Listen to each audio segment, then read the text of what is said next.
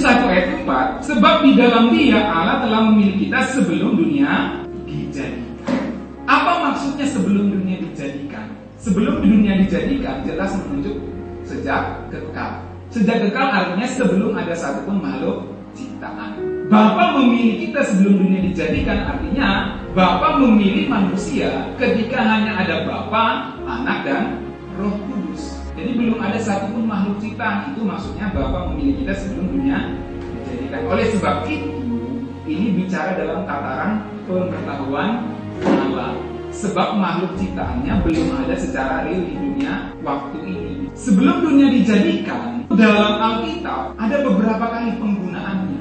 Untuk Tuhan Yesus, frasa ini digunakan dalam 1 Petrus 1 ayat 20. Kristus dipilih sebelum dunia dijadikan. Lalu Yohanes 17 ayat 24. Sebab engkau telah mengasihi aku sebelum dunia dijadikan. Perhatikan saudara, frasa sebelum dunia dijadikan itu digunakan juga untuk Tuhan Yesus.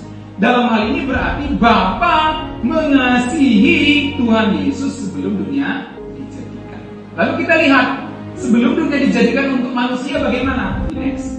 Untuk manusia, frasa sebelum dunia dijadikan selain di Efesus itu terdapat di Matius 25 ayat 34 sampai 36. Dan raja itu akan berkata kepada mereka yang di sebelah kanannya, mari hai kamu yang diberkati oleh Bapakku, terimalah kerajaan yang telah disediakan bagimu sejak dunia dijadikan. Perhatikan, orang-orang yang di sebelah kanan yang disebut domba itu disebutkan kerajaan mereka disediakan oleh Bapa sebelum dunia dijadikan. Ada alasannya, ayat yang ke-35.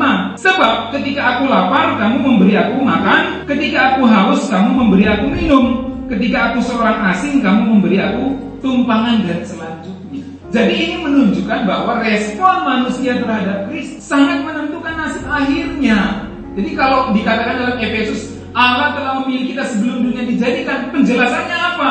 Allah memilih kita dalam kemahatauannya, yaitu melihat respon manusia terhadap Kristus. Perhatikan, itu bukan respon manusia terhadap Bapa loh. Perhatikan, ayat-ayatnya jelas kan. Makanya saya katakan tadi harus mengerti Allah Tritunggal, mengerti Bapa, mengerti Anak. Raja itu yaitu Anak itu mengatakan, terimalah kerajaan yang disediakan oleh Bapa. Mengapa? Sebab ketika Bapa lapar begitu? Enggak, tapi ketika sang raja lapar, ketika Tuhan Yesus lapar, kamu memberikan Tuhan Yesus makan, artinya responmu terhadap Kristus itu yang Bapa lihat, dan tidak ada yang bisa melarang Bapa memilih karena melihat responmu terhadap Kristus. Itulah yang disebut kedaulatan. Ini soal yang selamat. Tapi kalau kita lihat lagi Wahyu 13 ayat 8, kita lihat ya.